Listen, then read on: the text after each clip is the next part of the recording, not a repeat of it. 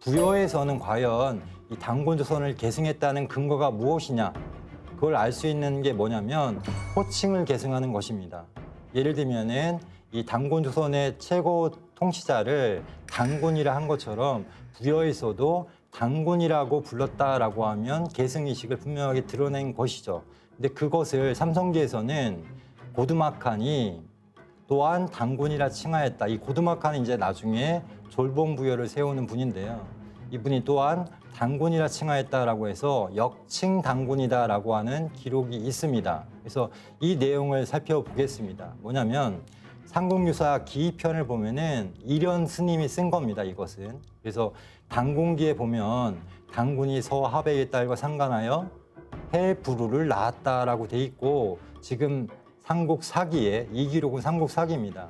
해모수가 또 하백의 딸과 관계하여 주몽을 낳았다고 하였다. 그런데 당군기에는 아들이 부루였다라고 했으니까 이 해부루와 주몽은 이복 형제일 것이다. 쉽게 얘기하면 아버지는 같은데 어머니가 달랐을 것이다 라고 이야기를 합니다. 이 내용을 사실은 예전에 제가 저도 잘못 이렇게 이해를 했었어요. 무슨 얘기냐면 지금 일현 스님이 지금 해부루와 당군의 세자 부루를 헷갈려가지고 이렇게 얘기를 했나라고 생각을 했는데 그게 아니고요.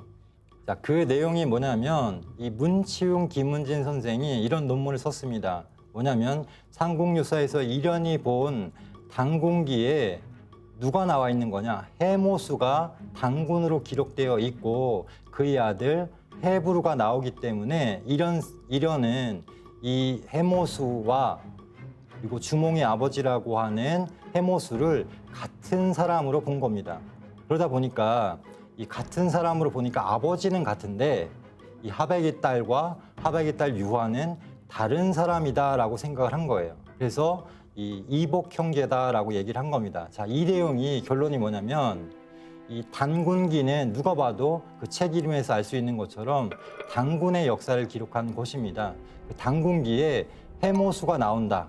그리고 해부루가 나온다라는 것은 이 북부여 그리고 동부여까지도 이 당군기에 기록이 돼 있고 그분들을 당군으로 봤다는 겁니다. 물론 부의 통치자 호칭이 이제 해모수 또는 이제 해부루라는 말을 썼지만 실제로 부를 때는 해모수 당군님, 해부루 당군님 하는 것처럼 이 당군으로 봤다는 겁니다. 그래서 나중에 삼국유사의 왕력편에 보면은 주몽은 당군의 아들이다라고 돼 있는데 그 이유가 그냥 쓴 게 아니고요.